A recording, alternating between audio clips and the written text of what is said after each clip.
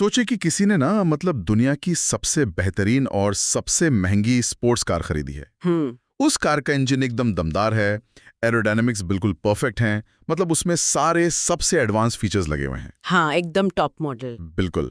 और वो इंसान ना पूरी तैयारी के साथ उस कार को हाईवे पर दौड़ाने की कोशिश करता है।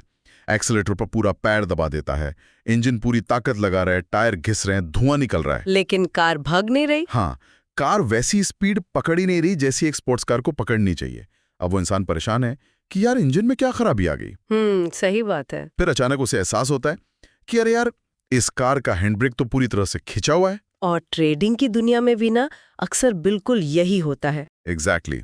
और आज की हमारी इस चर्चा में, इस डीप डाइव में, जहां हमारे पास mastering execution the smart money guide to slippage control के रिसर्च नोट्स और डेटा मौजूद हैं, हम असल में ट्रेडिंग के इसी हैंड ब्रेक के बारे में बात करने वाले हैं, जो कि बहुत जरूरी टॉपिक है। बिल्कुल। क्योंकि अक्सर लोगों को लगता है कि उन्हें नुकसान इसलिए हो रहा है क्योंकि उनकी ट्रेडिंग स्ट्रैटेजी गलत है। लेकिन हमारे सामने जो डेटा है ना, वो बताता है कि असली वजह एक बहुत ही अदृश्य, मतलब एक छुपा हुआ दुश्मन है, जिसे एग्जीक्यूशन कॉस्ट कहते हैं। हाँ, और ये एक ऐसा हैंड ब्रेक है जिससे ज्यादातर लोग कभी देख ही नहीं पाते। मतलब हम इंसानों की फितरत होती है कि जब बाजार में नुकसान होता है ना, तो सबसे पहले हम अपनी योजना या अपनी स्ट्रैटेजी पर शक करते हैं। लोग सोचते हैं कि यार इंडिकेटर ने गलत सिग्नल दे दिया, या शायद टाइमिंग ही गलत थी। ट्रेडर और जो बड़े संस्थान हैं जिन्हें बाजार में हम स्मार्ट मनी कहते हैं, हाँ, वो दोनों अक्सर एक ही स्ट्रैटेजी, एक ही चार्ट और एक ही पैटर्न पर काम कर रहे होते हैं। एक मिनट, ये बात तो किसी को भी हजम नहीं होगी। मैं बता रही हूँ ना। मतलब अगर चार्ट एक है, पैटर्न एक है और स्ट्रैटेजी भी बिल्कुल एक ही है, तो फिर नतीजे इतने अलग कैसे हो सकते हैं? क्या ये बड़े संस्थान बाजार को किसी अलग चश्मे से देखते हैं? चश्मा अलग नहीं होता, बस उनका फोकस अलग होता है। जो बड़े संस्थान है ना, वो हमेशा प्राइस यानी कीमत पर फोकस करते हैं। हाँ। उन्हें सिर्फ और सिर्फ अपने तय किए हुए भाव से मतलब होता है। अच्छा। लेकिन दूसरी तरफ एक आम ट्रेडर इमोशंस पर, अपनी भावनाओं पर ट्रेड करता है। बाजार में ये धारणा बहुत आम है ना कि यार बाजार किसी खास ट्रेडर को फंसाने के लिए बैठा है। हाँ, ये तो सब कहते हैं कि जैसे ही मैंने खरीदा कीमत गिर गई और जैसे ही बेचा कीमत बढ़ गई। हाँ, बिल्कुल यही। लेकिन सच तो ये है ना कि बाजार के पास इतना समय ही नहीं है कि वो किसी एक इंसान के 100 या 1000 शेयर्स पर नजर रखे। असल में होता ये है कि लोग अनजाने में लिक्विडिटी ट्रैप्स में फंस रहे होते हैं। Liquidity traps. हाँ, तो आज हमें सिर्फ ये नहीं जानना है कि ये नुकसान क्या है, बल्कि उस क्यू को समझना है कि सेम स्ट्रैटेजी होने के बावजूद सारा पैसा स्मार्ट मनी की तरफ क्यों चला जाता है। ये लिक्विडिटी ट्रैप वाला पॉइंट काफी दिलचस्प लग रहा है और इस पर हम ना आगे पूरी गहराई से बात करेंगे। लेकिन पहले उस अदृश्य दुश्मन की शक्ल तो देखें जिसका जिक्र हमने शुरुआत में किया था। बिल्कुल, जिसे स्लिपेज कहते हैं। हाँ, सोर्स मटेरियल में से स्लिपेज का नाम दिया गया है। और यार, जब मैंने इसके गणित को पढ़ा ना, मतलब मुझे अपनी आंखों पर यकीन ही नहीं हुआ। वो नंबर्स हैं ही इतने डरावने। नोट्स में इसकी एक बहुत ही बेसिक सी परिभाषा दी गई है। स्लिपेज का सीधा सा मतलब है एक्सपेक्टेड प्राइस, यानी वो भाव जिस पर कोई ट्रेड लेना चाहता था, और एक्चुअल प्राइस, यानी वो भाव जिस पर ट्रेड असल में पूरा हुआ। बस उन दोनों के बीच का जो अंतर है वो स्लिपेज है। और मजे की बात यह है ना कि ये अंतर सुनने में इतना मामूली लगता है कि कोई इस पर ध्यान ही नहीं देता। चलिए इसे एक असली स्थिति से जोड़कर देखते हैं। हाँ, एक उदाहरण लेते हैं। मान लीजिए स्क्रीन पर किसी शेयर का भाव ठीक 100 रुपए चल रहा है। ठीक है, 100 रुपए। एक ट्रेडर उसे उसी 100 रुपए के भाव पर खरीदना चाहता है और वो तुरंत खरीदने का वो बाय वाला बटन दबा देता है। लेकिन जब तक वो डिजिटल ऑर्डर बाजार के मुख्य सर्वर तक पहुंचता है, प्रोसेस होता है और कंफर्म होता है ना, तब तक भाव 100 रुपए 30 पैसे हो चुका होता है। अच्छा। तो यहां पर जो 30 पैसे का एक्स्ट्रा भुगतान हुआ, वो जो एक्स्ट्रा पैसे गए, वही स्लिपेज है। हाँ, अब यहां पर कोई भी यही सोचेगा ना कि यार 30 पैसों में क्या ही तूफान आ जाएगा। हाँ, सब यही सोचते हैं। बाजार में तो लाखों करोड़ों रुपए रोज इधर से उधर होते हैं, 30 पैसे तो मतलब कुछ भी नहीं है। लेकिन जो डेटा हमारे पास है ना, वो इन 30 पैसों का एक ऐसा भयानक गणित दिखाता है जो सच में किसी के भी होश उड़ा दे। बिल्कुल, जरा वो कैलकुलेशन बताइए। हाँ, तो अगर किसी ने 1000 शेयर्स खरीदे हैं, तो इस 30 पैसे के स्लिपेज का सीधा सा मतलब है 300 रुपए का अदृश्य नुकसान। एक ही ट्रेड में 300 रुपए गायब। हाँ, और अगर कोई दिन में से सिर्फ 2 ट्रेड भी करता है, सिर्फ 2 ट्रेड, तो उसका रोज का 600 रुपए ऐसे ही हवा में गायब हो रहा है। और महीने का अगर जोड़े? महीने के 20 ट्रेडिंग दिनों का अगर हम हिसाब लगाएं तो ये रकम हो जाती है 12,000 रुपए। बाप रे। और अगर पूरे साल का गणित देखें ना तो ये 1,44,000 रुपए का बहुत ही विशाल और पूरी तरह से अदृश्य खर्च बन जाता है। मतलब लगभग 1.5 लाख रुपए। हाँ, 1.5 लाख रुपए सिर्फ इसलिए गायब हो गए क्योंकि ऑर्डर सही कीमत पर नहीं लगा। मतलब क्या ट्रेडिंग की दुनिया में लोग इतने बड़े लीकेज को सच में नजरअंदाज कर देते हैं? बिल्कुल कर देते हैं। बाजार में तो लोग 20 रुपए की ब्रोकरेज बचाने के लिए ना एक ब्रोकर से दूसरे ब्रोकर के पास भागते रहते हैं कि भाई ये सस्ता है, और यहाँ 1.5 लाख रुपए का ये गड्ढा उन्हें दिखाई नहीं देता। होता क्या है ना, इंसान का दिमाग उसी चीज पर रिएक्ट करता है जो उसे सामने प्रिंट होकर मिलती है। अच्छा। महीने के अंत में जब ब्रोकर की तरफ से स्टेटमेंट आता है ना, तो उसमें वो 20 रुपए की ब्रोकरेज बहुत ही साफ और एकदम लाल अक्षरों में लिखी होती है। हाँ, वो तो एकदम आंखों में चुभती है। बस सारा गुस्सा और सारा ध्यान उसी 20 रुपए पर चला जाता है। लेकिन सोर्स मटेरियल बहुत स्पष्ट रूप से बताता है कि ट्रेडिंग के 3 सबसे बड़े और छिपे हुए दुश्मन होते हैं जिन्हें कोई ब्रोकर अपने स्टेटमेंट में नहीं लिखता। वो कौन से हैं? वो है स्प्रेड, स्लिपेज और मार्केट इम्पैक्ट। इन हिडन कॉस्ट की वजह से ना एक ही ट्रेड में असली खर्च 20 रुपए नहीं बल्कि आसानी से 2,000 रुपए तक पहुंच सकता है। मतलब सारा फोकस ही गलत जगह पर है। बिल्कुल। लोग चिल्लर बचाने में लगे हैं और नोटों की गड्डियां पीछे से गायब हो रही हैं। एकदम सही कहा आपने। और अगर हम स्मार्ट मनी की बात करें ना, तो वो कभी भी ब्रोकरेज के 20 या 50 रुपए बचाने के पीछे अपना समय बर्बाद नहीं करते।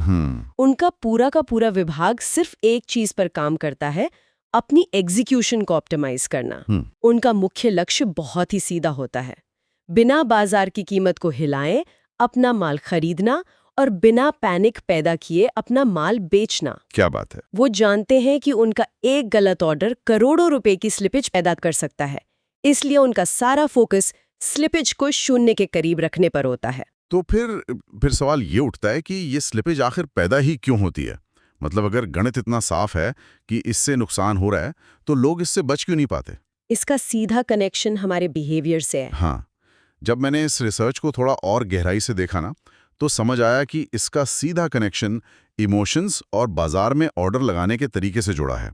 यहाँ पर मार्केट ऑर्डर और लिमिट ऑर्डर के बीच का एक बहुत बड़ा एक साइकोलॉजिकल अंतर सामने आता है। बिल्कुल। सोर्स के मुताबिक रिटेल ट्रेडर की सबसे बड़ी गलती है मार्केट ऑर्डर का अंधाधुंध इस्तेमाल करना। और मार्केट ऑर्डर को अगर हम ट्रेडिंग मनोविज्ञान के नजरिए से देखें ना, तो ये सिर्फ एक टेक्निकल बटन नहीं है, ये इम्पेशंस यानी आपकी अधीरता और जल्दबाजी का प्रतीक है। जब स्क्रीन पर एक मार्केट ऑर्डर पंच किया जाता है तो असल में बाजार को एक मैसेज भेजा जा रहा होता है कि मुझे ये ट्रेड अभी इसी सेकंड चाहिए, फिर चाहे जो भी कीमत चल रही हो। और बाजार इस जल्दबाजी की हमेशा हर बार सजा देता है। बिल्कुल देता है।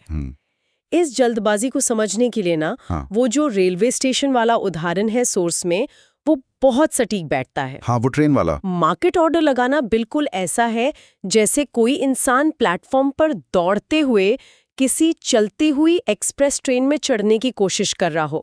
अब जाहिर सी बात है ना, जब कोई चलती ट्रेन के दरवाजे पर छलांग लगाएगा तो धक्के लगेंगे, घुटने छिलेंगे। हाँ, चोट लगेगी। और ट्रेडिंग की दुनिया में इसी छिले हुए घुटने को और इसी चोट को स्लिपेज कहते हैं। बिल्कुल सही कहा। और उस ट्रेन के झटके से जो सामान इंसान की जेब से गिर जाता है ना, वही वो पैसा है जो बाजार का इंजन हड़प लेता है। बाजार असल में उस जल्दबाजी का पूरा फायदा उठाता है और आपको सबसे खराब कीमत देता है।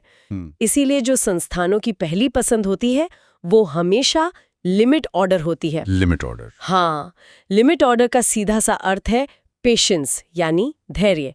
ये उस समझदार पैसेंजर की तरह है जो स्टेशन पर आराम से बेंच पर बैठा है, इंतजार कर रहा है। हाँ, उसे पता है कि ट्रेन आएगी, उसके सामने रुकेगी, दरवाजा खुलेगा और तब वो आराम से अंदर जाएगा। जब कोई लिमिट ऑर्डर लगाता है ना, तो वो बाजार से साफ शब्दों में कह रहा होता है कि जब कीमत मेरे पास आएगी, मेरे तय किए हुए भाव पर आएगी, तभी मैं अपना पैसा दांव पर लगाऊंगा, वरना मुझे ट्रेड नहीं करना। पर एक मिनट, अगर सब कुछ इतना ही आसान है तो फिर इंस्टीट्यूशंस को लिमिट ऑर्डर लगाने की आखिर जरूरत क्या है? मतलब उनके पास तो इतना पैसा है ना कि वो कुछ भी खरीद सकते हैं। वो भी तो मार्केट ऑर्डर लगाकर जल्दबाजी कर सकते हैं ना। अरे यहीं पर तो इस डीप डाइव का सबसे गहरा और सबसे टेक्निकल हिस्सा शुरू होता है। वो जल्दबाजी कर ही नहीं सकते। क्यों? क्योंकि उनके रास्ते में एक बहुत बड़ी दीवार होती है, लिक्विडिटी। अच्छा। सोर्स मटेरियल में एक बहुत ही कड़ा नियम बताया गया है कि बाजार में कीमत हमेशा वहीं भागती है जहां लिक्विडिटी यानी तरलता मौजूद होती है। लिक्विडिटी के बिना बाजार का एक टिक भी हिलना नामुमकिन है। तो ये लिक्विडिटी असल में है क्या, मतलब आम भाषा में? इसे ऐसे समझिए कि एक आम ट्रेडर 100, 200 या शायद 1000 शेयर खरीदता है। उसे बेचने वाले आसानी से मिल जाते हैं। लेकिन जब कोई बड़ा संस्थान बाजार में आता है ना, तो वो 50 लाख या 1 करोड़ शेयर खरीदने आता है। बाप रे, 1 करोड़ शेयर? हाँ। अब अगर वो एक साथ मार्केट ऑर्डर लगा देंगे तो बाजार में उतने बेचने वाले होंगे ही नहीं उस कीमत पर। तो फिर क्या होगा? नतीजा ये होगा कि कीमत रातों रात आसमान छूने लगेगी और उन्हें अपने ही शेयर्स बहुत महंगे दाम पर खरीदने पड़ेंगे। इसलिए उन्हें हमेशा एक ऐसी जगह की तलाश होती है जहां बहुत सारे लोग एक साथ पूरी भीड़ के रूप में विपरीत दिशा में ट्रेड कर रहे हों। मतलब अगर उन्हें खरीदना है तो उन्हें एक ऐसी जगह चाहिए जहां लाखों लोग एक साथ बेच रहे हों। और वो जगह ही कौन सी होती है? सोर्स मटेरियल के अनुसार बाजार में ये लिक्विडिटी मुख्य रूप से 3 जगह छुपकर बैठी होती है। लोगों के स्टॉप लॉस के पास, चार्ट पर दिखने वाले ब्रेकआउट्स के पास और बहुत ही स्पष्ट सपोर्ट या रेजिस्टेंस लेवल के पास। बिल्कुल। और यहीं पर सारा खेल पलट जाता है। अगर हम ब्रेकआउट्स की बात करें ना, जब चार्ट पर एक बहुत बड़ी हरी कैंडल बनती है, कोई पुराना लेवल टूटता है, तो एक आम इंसान उसे देखकर उत्साह से भर जाता है। उसे लगता है कि कीमत अब चांद पर जाने वाली है और वो पूरे जोश में आके बाय का बटन दबाता है। हाँ। और ठीक उसी समय, उसी ब्रेकआउट पॉइंट पर, उसी हरी कैंडल के अंदर वो बड़ा संस्थान अपने करोड़ों शेयर्स बेच रहा होता है। रुकिए, मुझे यहाँ थोड़ा ऐसे स्पष्ट करने दीजिए। हाँ, बताइए। क्या इसका मतलब ये है कि जब कोई आम इंसान ब्रेकआउट देखकर हरी कैंडल पर जश्न मना रहा होता है और वो सोचता है कि उसने बहुत सही जगह एंट्री ली है, ठीक उसी वक्त स्मार्ट मनी उस इंसान के उसी उत्साह का इस्तेमाल करके अपना सारा माल उसे चिपका रही होती है? जी हाँ, बिल्कुल। और ये फाइनेंशियल बाजारों की सबसे कड़वी सच्चाइयों में से एक है। ओहो। इसीलिए तो अक्सर ये सवाल सुनने को मिलता है ना कि यार, मैंने जैसे ही ब्रेकआउट पर खरीदा वैसे ही मार्केट ने रिवर्सल क्यों ले लिया, वो नीचे क्यों गिर गया? हाँ, ये तो हर ट्रेडर की कहानी है। वो इसलिए नीचे गिरा क्योंकि वहां पर एक बड़े संस्थान ने अपनी बिकवाली की प्रक्रिया पूरी कर ली थी। आम लोगों ने जो बाय ऑर्डर्स डाले ना, वो असल में संस्थान के सेल ऑर्डर्स को पूरा करने के लिए सिर्फ एक ईंधन, एक लिक्विडिटी का काम कर रहे थे। कमाल है। संस्थान का सबसे बड़ा नियम यही होता है, बाजार में किसी को कानो कान खबर नहीं होनी चाहिए कि हम ट्रेड कर रहे हैं। यार, ये तो किसी बहुत ही एडवांस सीक्रेट मिशन जैसा लगता है। लेकिन इतने बड़े ऑर्डर्स को वो छुपाते कैसे हैं? मतलब चार्ट पर तो सब कुछ दिखना चाहिए ना। वो इसे छुपाने के लिए बहुत ही एडवांस्ड एग्जीक्यूशन टूल्स का इस्तेमाल करते हैं। अच्छा। हाँ, सोर्स मटेरियल में 3 मुख्य टूल्स का जिक्र है: वीवैप, टीवैप और आइसबर्ग ऑर्डर्स। थोड़ा रुकते हैं यहाँ। ये भारी भरकम शब्द क्या हैं? वीवैप, टीवैप और ये आइसबर्ग ऑर्डर क्या होता है? क्या इसका संबंध वो टाइटैनिक वाले आइसबर्ग से है? हाँ, इसका कॉन्सेप्ट बिल्कुल उसी आइसबर्ग से लिया गया है। समंदर में जो बर्फीला पहाड़ या आइसबर्ग होता है ना, उसका सिर्फ 10% हिस्सा पानी के ऊपर दिखाई देता है, बाकी 90% हिस्सा पानी के नीचे गहराई में छिपा होता है। बिल्कुल। आइसबर्ग ऑर्डर बिल्कुल ऐसे ही काम करता है। मान लीजिए किसी संस्थान को रिलायंस के 10 लाख शेयर खरीदने हैं। अब अगर वो पूरा ऑर्डर एक साथ स्क्रीन पर डाल देंगे तो पूरी दुनिया को पता चल जाएगा और पैनिक मच जाएगा। एग्जैक्टली। इसलिए वो अपने सॉफ्टवेयर को निर्देश देते हैं कि स्क्रीन पर एक बार में सिर्फ 1000 शेयर का ऑर्डर ही दिखाओ। जैसे ही वो 1000 शेयर का ऑर्डर पूरा होता है, पीछे से 1000 का एक और ऑर्डर आ जाता है। अच्छा। बाजार में देखने वालों को लगता है कि कोई छोटा मोटा रिटेल ट्रेडर खरीदारी कर रहा है, लेकिन सतह के नीचे एक बहुत बड़ा संस्थान चुपचाप पूरी सप्लाई को निगल रहा होता है। गजब। और ये वीवैप और टीवैप क्या है? वीवैप का मतलब है वॉल्यूम वेटेड एवरेज प्राइस और टीवैप है टाइम वेटेड एवरेज प्राइस। आसान भाषा में समझें तो ये ऐसे कंप्यूटर प्रोग्राम है जो किसी बहुत बड़े ऑर्डर को दिन के अलग अलग हिस्सों में बांट देते हैं। अच्छा, टुकड़ों में। हाँ, टीवैप समय के हिसाब से टुकड़े करता है, जैसे हर 5 मिनट में थोड़े शेयर खरीदना। और वीवैप वॉल्यूम के हिसाब से चलता है। मतलब जब बाजार में बहुत सारे लोग ट्रेड कर रहे हों तब ज्यादा खरीदना, और जब बाजार शांत हो तब रुक जाना। इन सब का आखिरी मकसद सिर्फ एक होता है, अपने पैरों के निशान बाजार में छुपाए रखना। मतलब स्मार्ट मनी छिपकर काम करती है, जबकि एक आम ट्रेडर बाजार में ढोल पीटते हुए और शोर मचाते हुए घुसता है। एकदम सही पकड़ा आपने। यार ये सब सुनकर तो ऐसा लग रहा है कि बाजार सच में एक ऐसा चेस बोर्ड है जहां एक खिलाड़ी के पास सारे मोहरों को देखने और उनके मूवमेंट को कंट्रोल करने की ताकत है, और दूसरा खिलाड़ी बस सामने जो दिख रहा है उसी पर अंधाधुंध दांव लगा रहा है। बहुत हद तक ऐसा ही है। तो अब जब हमने इन लिक्विडिटी ट्रैप्स और स्मार्ट मनी के गुप्त हथियारों को समझ लिया है, तो आते हैं इस डीप डाइव के सबसे जरूरी और प्रैक्टिकल हिस्से पर। हाँ, कि इसका करें क्या। बिल्कुल। एक आम ट्रेडर इस जानकारी का इस्तेमाल कैसे कर सकता है? क्या कोई ऐसे नियम हैं जिनसे एग्जीक्यूशन को सुधारा जा सके? सोर्स मटेरियल में स्मार्ट एंट्री टेक्निक्स के नाम से कुछ बहुत ही साफ दिशा निर्देश दिए गए हैं। स्मार्ट मनी ना कभी भी भागते हुए बाजार के पीछे नहीं दौड़ती। अच्छा। वो हमेशा पुल बैक एंट्री का इस्तेमाल करते हैं, यानी जब कीमत एक बार ऊपर जाकर वापस थोड़ी नीचे आती है, जिसे रिट्रेसमेंट कहते हैं, वो तब एंट्री करते हैं। वो हमेशा ऐसी जगह ढूंढते हैं जहां उतार चढ़ाव यानी वॉलेटिलिटी एकदम कम हो चुकी हो। यहाँ एक गोल्डन रूल भी दिया गया है। और वो गोल्डन रूल क्या है? नियम सुनने में बहुत सरल है, लेकिन इंसान की भावनाओं के कारण इसका पालन करना सबसे मुश्किल होता है। बताइए। कभी भी भागती हुई बड़ी हरी कैंडल को देखकर खरीदना नहीं चाहिए, और कभी भी तेजी से गिरती हुई बड़ी लाल कैंडल को देखकर बेचना नहीं चाहिए। बाप रे। ये दोनों स्थितियां अक्सर लिक्विडिटी ट्रैप होती हैं। हमेशा कीमत के थोड़ा शांत होने और वापस मुड़ने का इंतजार करना चाहिए। ये रूल तो सच में इंसान के सबसे बड़े दुश्मन यानी उसके लालच पर सीधा वार करता है। बिल्कुल। सोर्स मटेरियल में स्लिपेज को कम करने के लिए 7 बहुत ही व्यावहारिक नियम भी दिए गए हैं। हाँ, वो 7 रूल्स बहुत जरूरी हैं। अगर हम उन्हें देखें ना, तो सबसे पहला नियम है बाजार खुलने के शुरुआती 15 मिनटों में ट्रेडिंग से पूरी तरह बचना।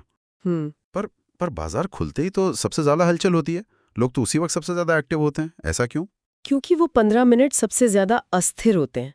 पिछली रात की जो भी न्यूज होती है, जो भी पेंडिंग ऑर्डर्स होते हैं ना, हाँ। वो सब सुबह 9:15 पर एक साथ बाजार में बम की तरह गिरते हैं। अच्छा। उस वक्त स्प्रेड बहुत बड़ा होता है और स्लिपेज सबसे भयंकर होती है। वहां ट्रेड करना मतलब सीधे नुकसान को दावत देना है। समझ गया।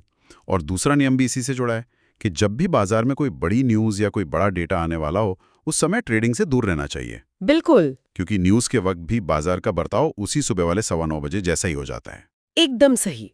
तीसरा और सबसे जरूरी नियम, जिस पर हमने पहले भी चर्चा की थी, मार्केट ऑर्डर। हाँ, मार्केट ऑर्डर का बटन हमेशा के लिए भूल जाना। हमेशा लिमिट ऑर्डर का ही इस्तेमाल करना चाहिए। और चौथा नियम है ब्रेकआउट्स का पीछा करना बंद करना।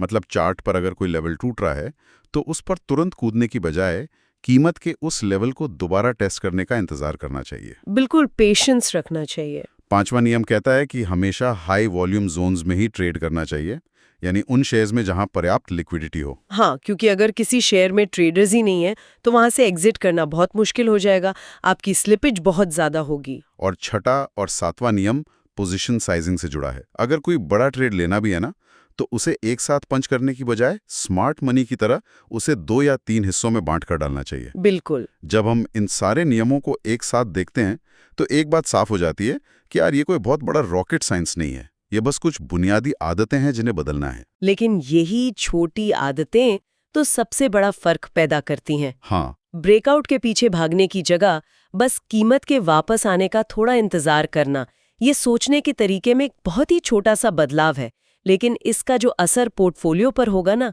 उसमें जमीन आसमान का फर्क होगा। बिल्कुल सही बात है। अगर हम इसे एक थोड़े बड़े परिप्रेक्ष्य में देखें तो एक आम ट्रेडर अपनी पूरी जिंदगी, अपनी सारी ऊर्जा एक नई और जादुई स्ट्रैटेजी ढूंढने में लगा देता है। हाँ, वो होली ग्रेल ढूंढता रहता है। वो सोचता है कि कोई ऐसा इंडिकेटर मिल जाए जो कभी फेल ना हो। जबकि स्मार्ट मनी या जो बड़े संस्थान है, वो किसी जादुई स्ट्रैटेजी के पीछे नहीं भागते। वो अपनी साधारण सी स्ट्रैटेजी पर टिके रहते हैं और अपना सारा समय, पैसा और तकनीक अपनी एग्जीक्यूशन को परफेक्ट करने में लगाते हैं, क्योंकि वो जानते हैं कि एग्जीक्यूशन सुधारने का सीधा सा मतलब है अपना प्रॉफिट बढ़ाना। तो आज के इस डीप डाइव से जो सबसे बड़ा निष्कर्ष निकलकर सामने आता है वो यही है कि ट्रेडिंग का जो असली मैदान है वो चार्ट के पैटर्न्स या इंडिकेटर्स नहीं है।